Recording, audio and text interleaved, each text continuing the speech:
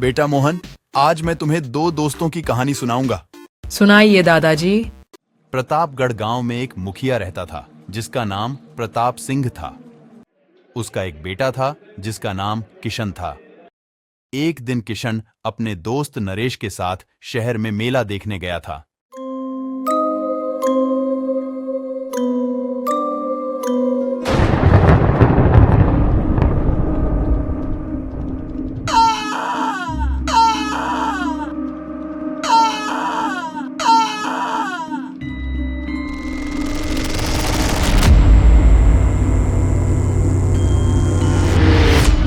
भूत भूत।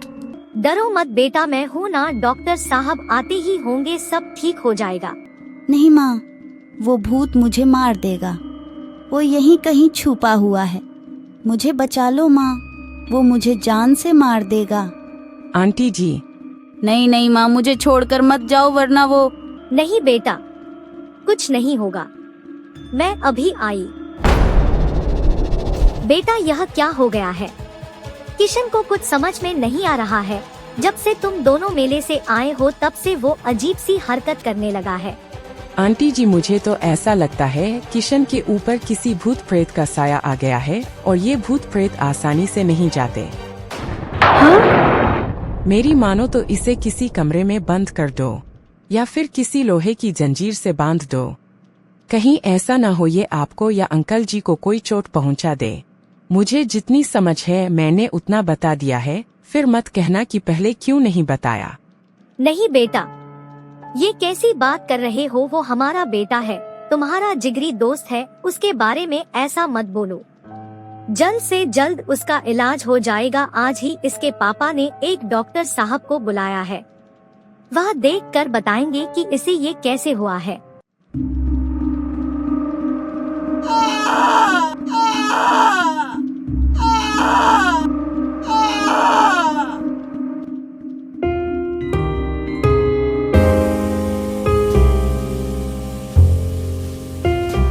लगता है इसके दिल में कोई दहशत सी बैठ गई है।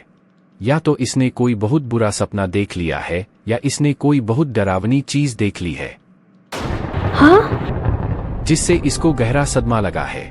कोई बात नहीं, मैं एक इंजेक्शन लगा देता हूँ, ज्यादा चिंता करने की कोई बात नहीं है। 8 से 10 दिन की बात है, ठीक हो जाएगा।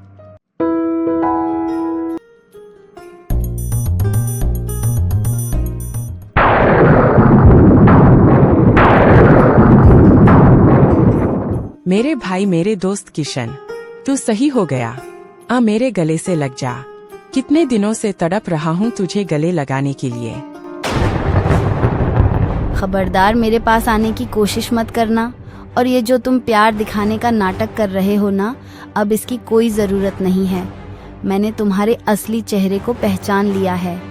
यह क्या कह रहे हो किशन? वही जो तुम सुन रहे हो। तुमने जो मेरे साथ किया है, ऐसा कोई अपने दुश्मन के साथ भी नहीं करता। क्यों? मैं ठीक कह रहा हूँ ना? इसके माने तुम्हें सब याद आ गया क्या? तुमने ये सब अंकल और आंटी को भी बता दिया क्या? नहीं, मैं तेरी तरह छोटे दिल का नहीं हूँ जो तेरी ऐसी हरकत बताकर अपनी मम्मी डैडी को परेशान कर दूं, और ना ही अपनी दोस्ती पर कोई कलंक लगाऊं। बस मैं तुझसे ये चाहता हूँ कि अब तू हमारे घर पर कभी मत आना, वरना तेरा वही घिनौना चेहरा मेरे सामने हमेशा आता रहेगा। मुझे माफ कर दे किशन।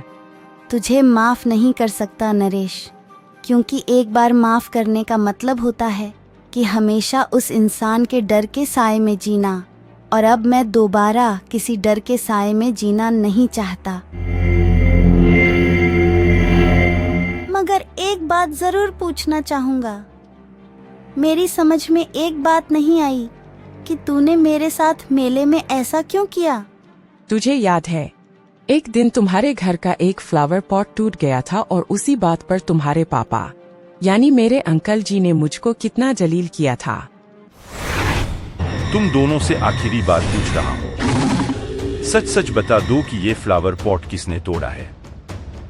पापा, मैं सच कह रहा हूँ, मैंने फ्लावर पॉट नहीं तोड़ा है, नरेश ने तोड़ा है। नहीं अंकल, किशन झूठ बोल रहा है, फ्लावर पॉट किशन ने ही तोड़ा है। इसके माने तुम दोनों सच नहीं बताओगे कि किसने फ्लावर पॉट तोड़ा है। आखिरकार मुझे ही पता लगाना पड़ेगा कि किसने तोड़ा है। मुझे पता लगाने के लिए केवल एक दिन चाहिए। कल सुबह तक ये मालूम पड़ जाएगा कि यह फ्लावर पॉट किसने तोड़ा है। मैं अभी भगवान के पास जाकर कहता हूं कि जिसने भी फ्लावर पॉट तोड़ा होगा, कल सुबह तक उसके पैर में एक नीला निशान पड़ा होगा। फिर उस निशान को देखकर ये मालूम पड़ जाएगा कि फ्लावर पॉट को किसने तोड़ा है। सुबह होती है, दोनों प्रताप सिंह के सामने पेश होते हैं।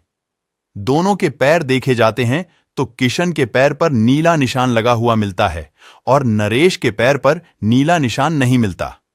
नरेश खुश हो जाता है और किशन के पैर पर नीला निशान देखकर कहता है, देखा अंकल, मैंने बोला था ना कि फ्लावर पॉट किशन ने ही तोड़ा है, मगर आपको मेरी बात पर यकीन ही नहीं हो रहा था क्योंकि किशन आपका बेटा जो है। नहीं नरेश बेटा, ये फ्लावर पॉट किशन ने नहीं तुमने तोड़ा है, क्योंकि यह निशान कोई भगवान का बनाया हुआ नहीं है, मेरा बनाया हुआ निशान है जो तुमने सुबह देखकर मिटा दिया था। और किशन को तो मालूम ही नहीं था कि उसके पैर पर कोई निशान लगा हुआ है। वो तो बिल्कुल निश्चिंत था क्योंकि वो बेकसूर था, तो उसने अपने पैर को देखा तक नहीं।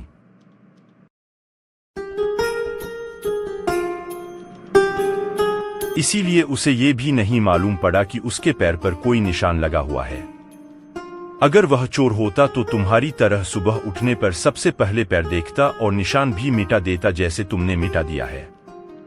इसीलिए असली गुनहगार तुम हो, समझे? मुझे माफ कर दो अंकल, आगे से ऐसी गलती कभी नहीं होगी। बेटा, मुझे झूठ से बहुत नफरत है। अगर दोबारा ऐसा झूठ बोला तो मुझसे बुरा कोई नहीं होगा।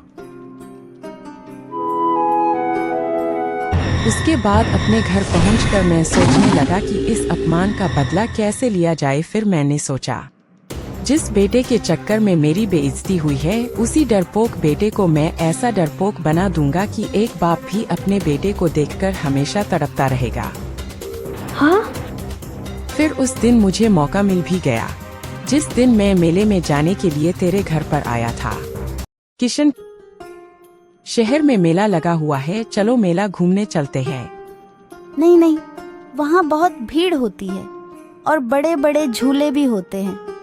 उनको तो देखकर ही मुझे बहुत डर लगता है।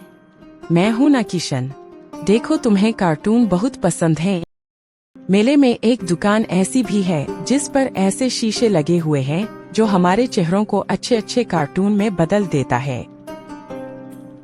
सुबह जाएंगे और शाम तक वापस भी आ जाएंगे। चलो किशन, चलकर देखते हैं कि हमारे चेहरे के कौन कौन से कार्टून बनते हैं। हाँ हाँ चलो। फिर उस शीशे में कौन कौन से कार्टून नजर आए दादाजी?